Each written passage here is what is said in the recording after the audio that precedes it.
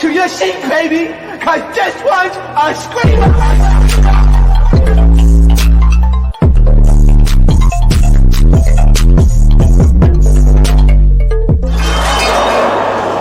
Are you not entertained? Are you not entertained? What is going on, Entertainment? So time comes out with another Hollywood hot topic. So let's get into some of the stuff that we need to catch up on. Okay. So Simon. Now this story I can relate to because I used to be an immigrant. Okay. They keep denying Simon from becoming a U.S. citizen because all of his fraudulent background, multiple felonies, and riddled past with scams and false identities. Okay. Here's the thing. Becoming a U.S. citizen is hard, okay? I was born in Haiti, okay? And I had to get the whole process done and becoming a U.S. citizen. I'm talking about taking the test, the paperwork, all that, okay? First of all, it's long than the mother F. I'm telling y'all, it's long. And mind you, I did it in the year that Trump was in office. So a nigga was like, oh no, I got to get this done like now, okay? So when that was done, you have to submit the paperwork, which the paperwork you pay for, submit to send it off, which you pay for, and then you don't get like an answer back sometimes until like months to half a year later, depending on how much people are sending the paperwork at a time for approval. And if you make a mistake, they send it back. Spelled something incorrectly, send it back. You left something out, send it back. You're going to be sitting there wondering if you could stay in the U.S. or not. I'm telling you, it is not a good feeling, okay? So this man right here kept getting denied because of that background check, because they do that too. They start looking in your history to see if you have any criminal history background, okay? If you've done any illegal things while being in the U.S., they look for all of them. Mind you, at the end of it, y'all, they do a ceremony. They do a ceremony to give your paperwork and your citizenship paperwork. And they give a speech from the president. And y'all know it was Trump, like I said. So when he came up on the screen and started speaking, he's like, my fellow Americans. He started doing his speech. All the Hispanic immigrants, they're like, oh my goodness. Like, oh my, oh fucking asshole. Oh, I don't want no. What is this? They started turning around just angry. I was like, ugh. It was a time. So this is a timeline of what everything happened in Simon's legal trouble. They said it started back in 1985. He arrived in the U.S. on a visitor's visa. However, Simon overstayed his allotted time in the country, but tried again to gain citizenship by marrying a United States citizen.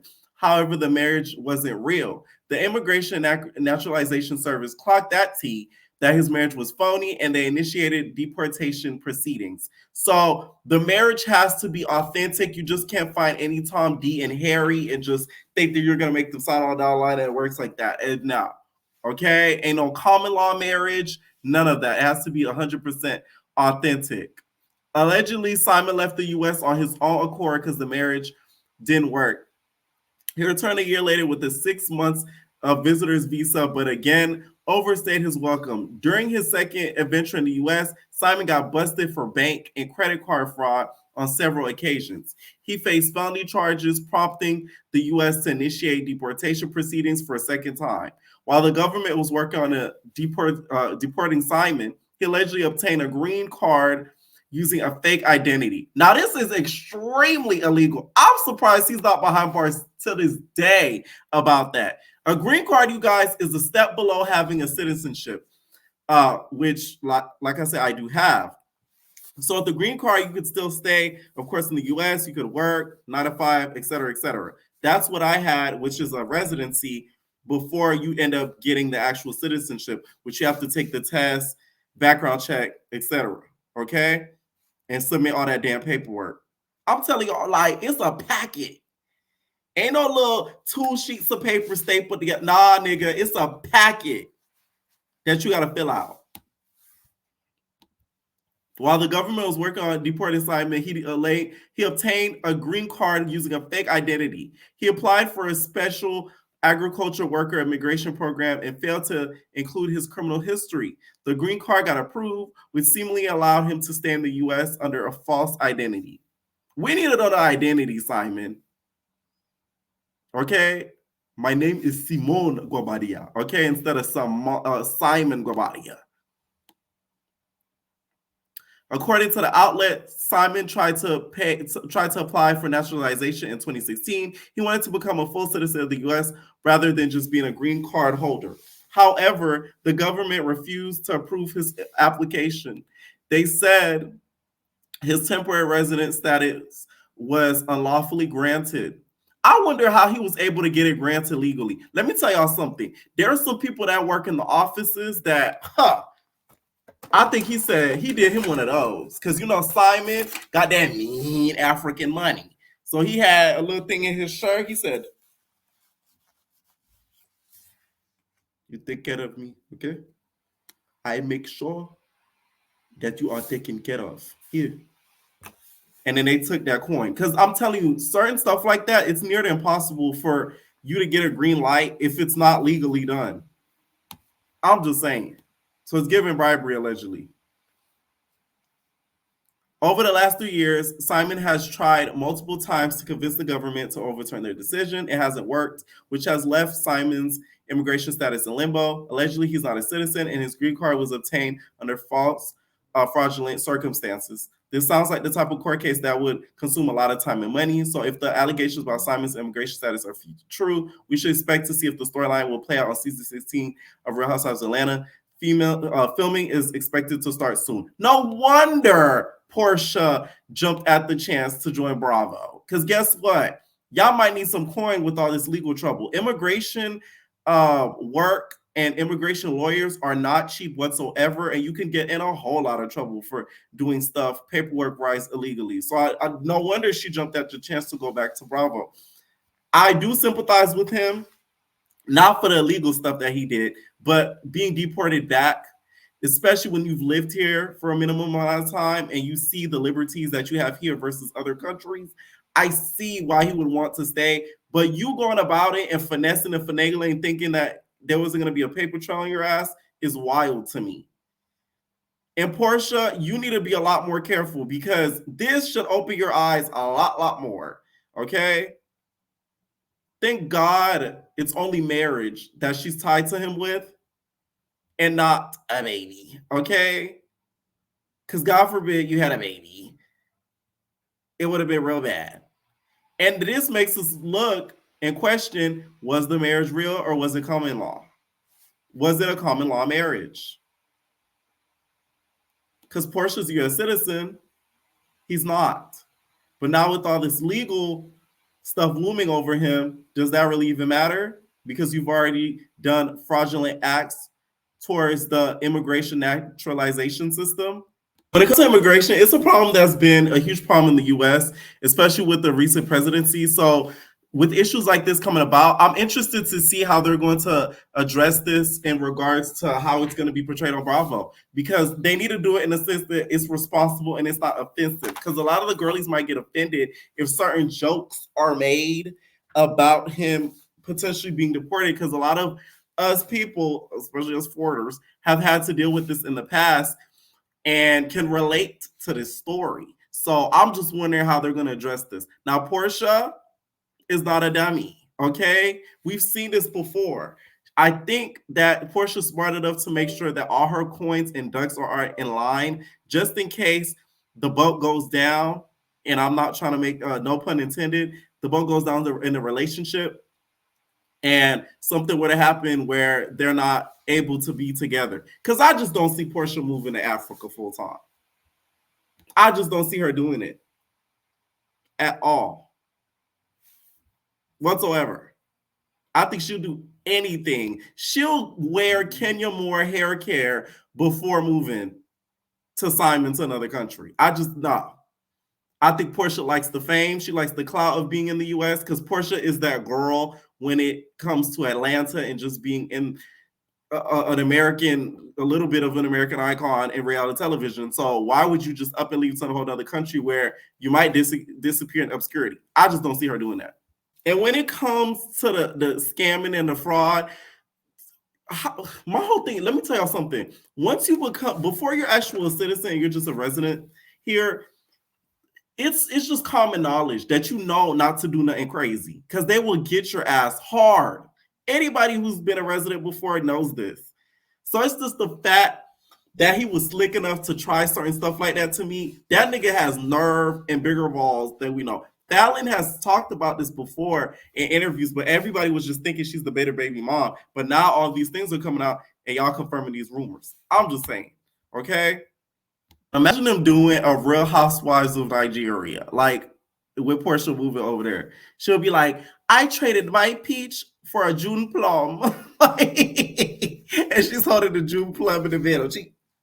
Okay, y'all know a June plum is like a delicacy in Nigeria. Okay, a delicacy fruit in Nigeria. Okay, now Carlos King, you guys sat down with Scrappy and baby mama Erica. And Scrappy and baby mama Erica spilled some information, a whole lot about their relationship with each other, also their relationship with Diamond. I feel like Scrappy was drunk in this interview. I watched the full thing. Drunk, a little bit high, and a little bit horny. I think he wanted some kitty cat after the interview was probably done. And Carlos, you a messy girl. Like, Carlos has just leaned into being the Black Andy Cohen and starting his own mini reality shows on YouTube. Because this is crazy. The fact that they both agreed to this, he must have cut him a nice check or something, because there's no way. He even asked Scrappy, do you love me? Do you love me or not? Okay? He asked Scrappy, do you love baby mama Erica like that? Erica, you know what I'm saying? Are you in love with her? Huh? Are you in love? I've been in love with Erica our whole relationship. You know what I'm saying? Even when we weren't in a relationship. You know what I'm saying? Like, she know that. She know, you know that. No, I don't. With your face. What? You gonna act like that? I told you I've been in love with you, with your face. You feel me? I ain't gonna lie to you. You gotta listen to them words carefully. With your face. That's equivalent to Monique saying, hi, my sweet babies. She don't really mean that because her real baby ain't too sweet to her. Like, that's the same thing. He don't really mean that. And with your face is crazy and nasty work, okay? To me, Erica's doing her big disservice with pandering around with him. And the reason why I say this is because it's one thing to have a good relationship with him and you guys are able to co-parent and still be on good terms. But it's another thing to be having fun and everything all around. And him, I feel like he's making her look like a fool. Like she's just another commodity. Like she's just another treat. Just another side piece. Okay? She's Pecles. If y'all don't know what that is, that's like a Haitian spice delicacy. That girl is Pecles. You know what I'm saying? Like, he's treating her like potato chip dip, like a side. I don't like that. And it bothers me because Erica is gorgeous. Can't nobody say anything in regards to her looks. Can nobody say anything in regards to her career, because she was able to get off of Love and Hip Hop, get a degree, get her life together, which her life was never apart, and really do her big one. So there's not too much you could really have on baby mama Erica. So Scrappy's just making it worse for her. Now, also in this interview, Diamond was shaded, okay? Diamond from Crowd Mob was shaded right after her recent engagement, okay? And Erica called her Dirty Diamond. Now, I never heard nobody call Diamond dirty. Dirty Diamond? More like Scuff Cupid versus Zirconium, okay? How about that? Well, Diamond said you have no motion. But for somebody that don't have no motion, I own my business. I own Classics. I own my house too. Didn't have to move out to North Georgia to afford rent. But we talking about Dirty Diamond. Who's been checking for her since what? 2004? I thought Diamond was his issue and his friend. So I guess she's mad at the relationship that Scrappy and I have. Why you mad at me? We just, kicking it. We ain't going steady. Well, Diamond. Now she ain't with that, I fear. Okay, here's the thing. The fact that she's answering a question that's dated about a woman that's in another relationship, engaged. Now, I don't know. This, of course, was probably filmed before. And she's not with him and they're going steady is nasty work to me. Like, Scrappy's embarrassing baby mama Erica, and I don't like that.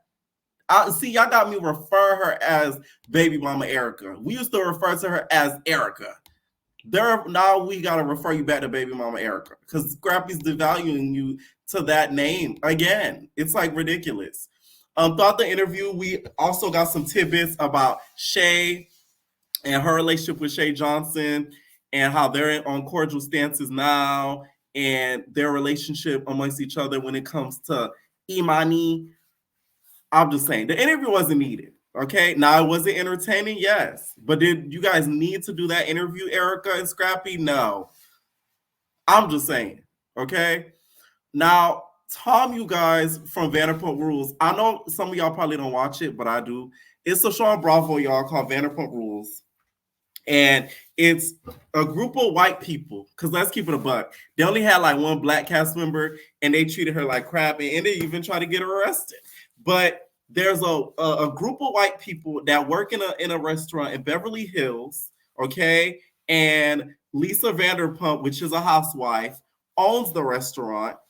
And as of recent years, there was a cheating scandal. So with this cheating scandal, there was this guy named Tom. Now, he cheated on his girlfriend for many years with this other girl who works at the restaurant and put his D in her Big Debbie cakes, okay? Mind you, the girl was best friends and very close to his main girl, okay? And he became the biggest thing.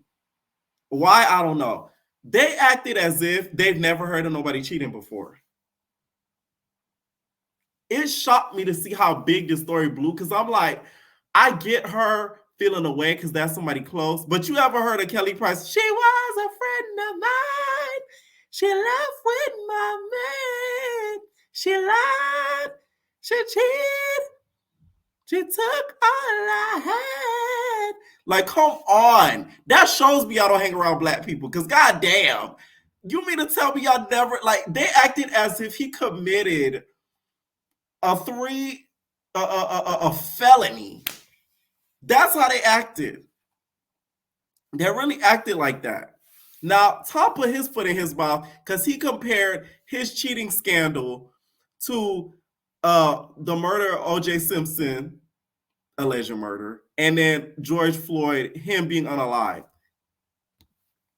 That's blasphemous and disrespectful. Did they act like that? Yes. But it'll never go down in history compared to that. It did make a little bit of the news circuit, but a lot of us colored folk didn't know about it. I did because I pay attention to it a lot. But I'm just saying. And y'all got to see the way that they act on it in the show. Like, it's actually really comedic. They'll be like, this is Tom. Like, oh my God. Like, half of the boys I feel like are gay. I'm sorry. Can we really talk? Half of the boys on that show I feel like are gay. I'm like, y'all into y'all soft side, okay? Your feminine side. Like they way too in it. I'll be like, ugh. Okay, nails painted it all. I'm like, wow. This is LA. I think I like it.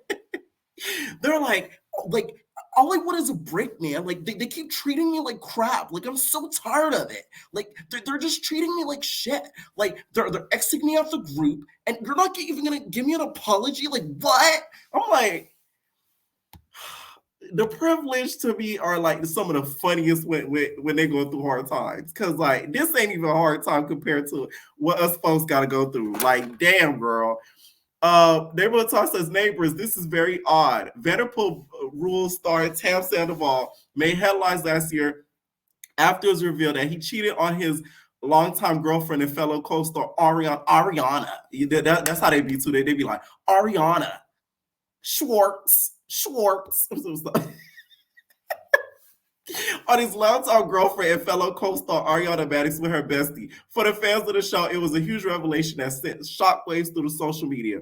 Now, a year later, Tom says the moment will go down in pop culture history alongside major events like O.J. Simpson case or George Floyd's death. I'm not a pop culture historian, really. I am. Sandoval said to the New York Times, but I witnessed the O.J. Simpson thing and George Floyd and all these big things, which is like really weird to compare this to that. And I think like, do you think in a weird way it's like a little bit of the same? Like, what do you think? Like, I don't know. Bitch, the nerve of you. You didn't kill nobody. The police was not following you. The only police that was following you was Andy Cohen to make sure he had that on footage of all the aftermath after you done cheated on that white girl. Like, please stop the madness. This is really insulting, and it really shows the lack of indecency some white people have, and during Black History Month. Like, Jesus Christ. Of course, his comments weren't received well on social media, causing backlash from fellow fans and Bravo celebrities alike. Please reflect on this repulsive statement you made regarding George Floyd. Rest in peace, especially on Black History Month. Take it back, not okay. Real Housewives of Miami star Gertie added, an immediate apology is in order, sir. The journalist who interviewed Tom says, though his comments were tone deaf, she believes he was trying to say his situation was a spectacle that caused national debate, similar to the two events. I wouldn't say caused national debate. I would say more so West Coast debate. It was a whole lot of California coverage, reality coverage in pertains to that, not nationwide. They wasn't talking about it in no damn 7 o'clock news. I'm sorry. It did end up on some news circuits, don't get me wrong, but not as big as he's trying to make it seem comparing it to that. Like, that's just nasty for you to say something like that. It really is. Okay? Now, this is a little late, but Nat clapped back at Fivio Foreign and said, now, if we're going to be a bunch of females, at least tell the whole story, because I usually don't do no talking, but we're not about to sit here and allow my name in no interview. So I dropped a single called Outside remix with B King. We outside! I was looking for someone to help join my team, to help with all my bookings and be a road manager, because now I'm performing my song on the road. A real baddie tour. Your boy, I'm out flying everywhere with someone who worked on your team with you. Ish slow over there, so he came over to work with the baddest. I'm booking all the gigs, bitch. I did not meet him through you. I'm not sleeping with him, and you sound big mad. Do you want this pussy too? If you wanted a feature with me, that's all you had to say. Now, Natalie, oh my God. Nat, the nerve. Oh my God, Natalie! Natalie, stop it! That is crazy. Not a feature. You wanted a feature from Carisha, okay? You sound like Roller Ray. Like, the nerve of you, bitch. You disrespecting Fivio Foreign like that in regards to music is another level of insanity. What is in the air? Because you sound big mad. Your boy joined the winning team and we running up a serious bag. Because we gonna get to the bag. Now, can you men in this industry stop being females? Because y'all really getting outbeat by every single female in all categories. I'm coming for my Grammy next, bitch. Natalie means business. I think I need to cast him for baddies. You make a great cast member. Keep my name out your mouth. I'm not one to be played with. Natalie, I don't think you scanned Fivio Foreign. Just know he says bow for a reason. And he's not doing a beat with his mouth. He's suggesting something. Bow. Okay? So I don't think you want to go down that road, Nat. But I get her frustrations. But then again, you are a huge hypocrite, okay? Because guess what? You sit there and you don't defend when the girlies are eating up Scotty in them comments about Lemmy Pepper, okay? So this is all just your turn. Scotty's somewhere cheesing. She... okay? Because now the attention is off of her. And it's on Nat. All right? I still think what Fivio Foreign did was completely disgusting and a lot of clout chasing and really bitch made. Like, goddamn, you snitched on your homeboy. Why? That was a little weird to me. It was a little off. It didn't make any sense. Okay. And I also feel like he did it in order to kind of garner more attention in regards to being on the blog sphere, because we don't really see Fivio on the blogs. You get what I'm saying? And y'all got to understand, whether it be negative or positive, it does help with traction in regards to bookings, music, etc. Okay? Now, Carlissa has some opinions on this whole arrest situation in regards to Krishan and feels that hopefully she doesn't get behind bars because of Mr. James Chanel. Hope she don't get locked up. I hope she get to raise her baby and take care of him for the rest of his life, especially after what she done did to him. So she needs to be available to take care of her child herself. That's her responsibility. She did that to him and her. That's her problem. And hopefully they all just get their tubes tied, because I really don't think none of them should be nobody's mama no more. Everybody go get your tubes tied. Y'all is not worthy to be nobody mama. I'm sorry. That's just my personal opinion. Girl, I spend all my time in their business, girl. Every single one of them, even them grandkids, I be in all their business. I'm like Kris Jenner times 3, okay? I'm sorry if y'all mama not in y'all business. Because the only time your mama should be not in your business is when you reach that $1 billion status. Then your mama shouldn't be in your business no more. Well, I hope she don't get locked up. I hope she get to raise her baby. I agree with Carlissa, and I love Carlissa. Y'all, if y'all don't know, I'm a Carlissa stan low key. Sorry, okay? Half of the time, she makes a lot of sense. Like her or not, she makes a lot of sense. And if y'all don't know, on Bad vs. Wild, she had Tokyo Tony pumped. I'm like, yeah. Tokyo Tony did not want that pressure and that smoke from Carlissa. Don't let that bougie attitude fool you. I done said it. I'm telling you. Carlissa's about that action. She's from South Central. Okay? Now, do I think Krishan needs to be locked up? Yes. I feel like that's the only way she'll learn. What Tokyo Tony meme said? Well, yes. Yes, I do. That's the only way she'll learn. I don't think that slapping her on the arm will work because she's been slapped on the arm too much. Too much. And I feel like if she gets away with this would be what would be her downfall, because now she'll think, oh, I beat this case, I could beat any other case. And then she's going to be back to slapping folk. Because y'all really peep how since this incident, there hasn't been a slapping folk. Y'all peep that? She hasn't slapped a nigga a bitch since. Publicly, at least. Marsh probably got a pop or two behind the scenes. But not on camera. I'm just saying. So that shows you, I think she's got, oh, shoot.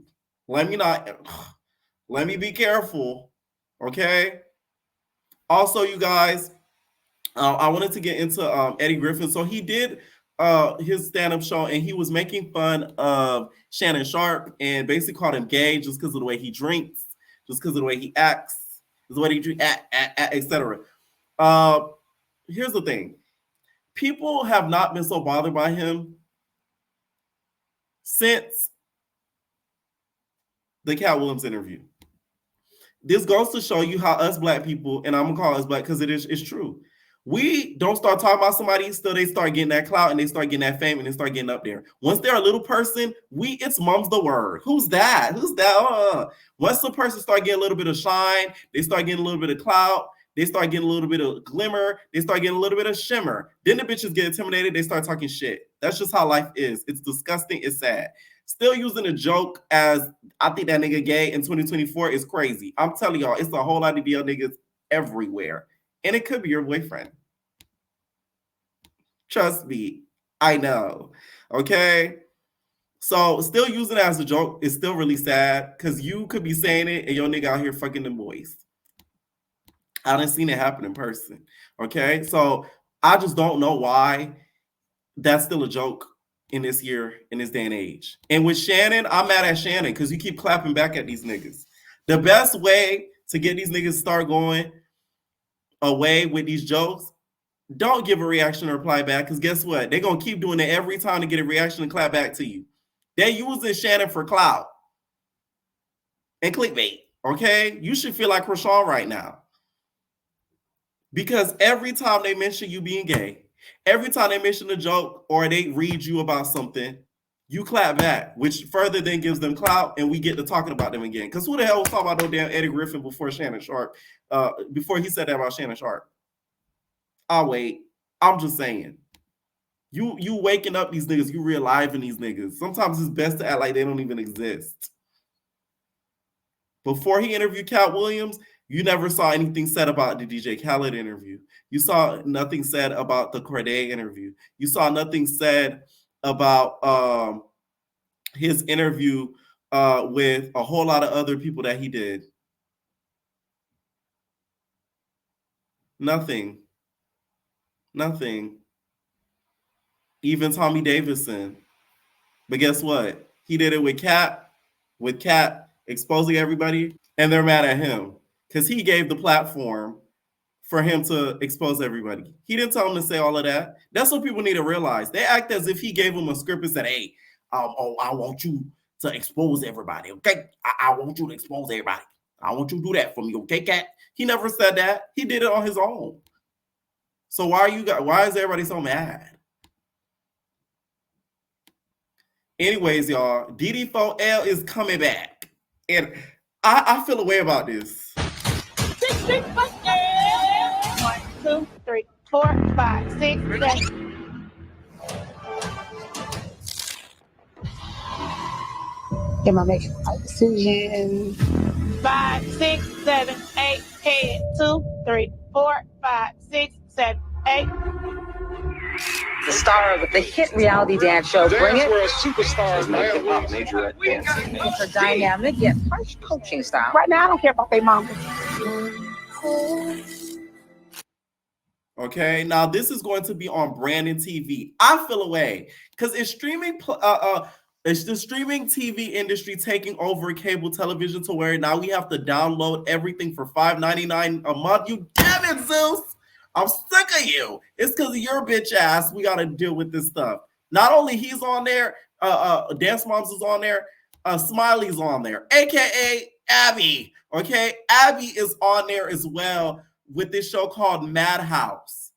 If y'all want me to download this app and let's start looking at some other platforms besides Zeus and a little Not As TV and a couple reality shows here and there, let a nigga know, because I might give it a chance. But y'all better support with me paying an extra $5.99 that I could have kept in my pocket. Okay? I'm just saying. Now, the quality of the app looks very well. I know there's been a whole lot of flux and fluctuating flux of apps created since Zeus and Now That's TV that have very poor quality. But I checked out this app, and the quality actually looks great, and they actually look like they're about business. So I might give them a chance. I really might. Now, they're kind of going in on Damani because they feel as if his rapping style is sort of biting off of J. Cole. You cannot leave me this way everlasting. I think this way ever no. Yeah. I gave you my love, I did it with some passion. Yeah. Down, but drinking my drink, the fuck am I thinking? Say, what am I feeling? That shit got. He sounds very similar to him. This is how I feel like the best way to avoid eating or eating off of someone's style or concepts is to not watch them. Like, I make it my mission. If like anybody who covers similar stuff that I do, I don't watch them because I don't want to repeat something that they've said.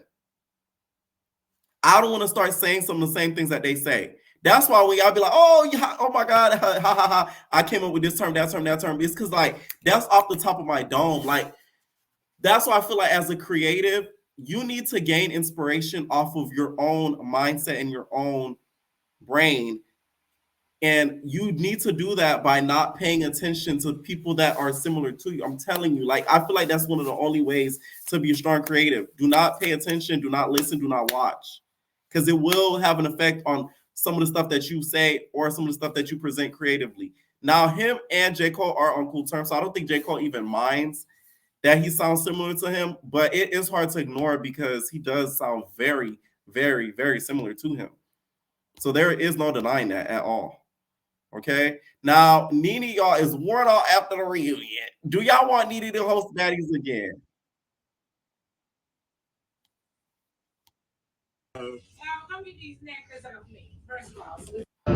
Bitch, your first reunion, bitch. Nene still got Alva working for him. Ah.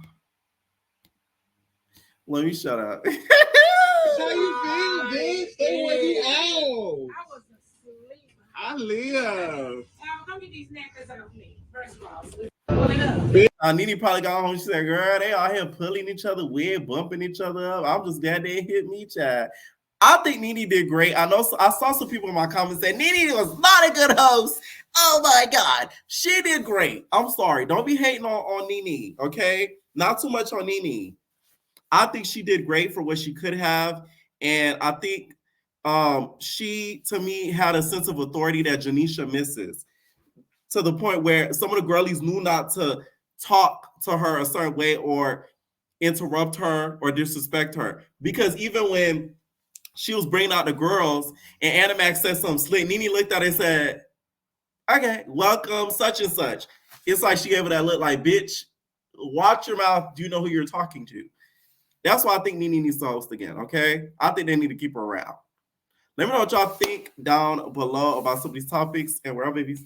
Ain't no personal thing.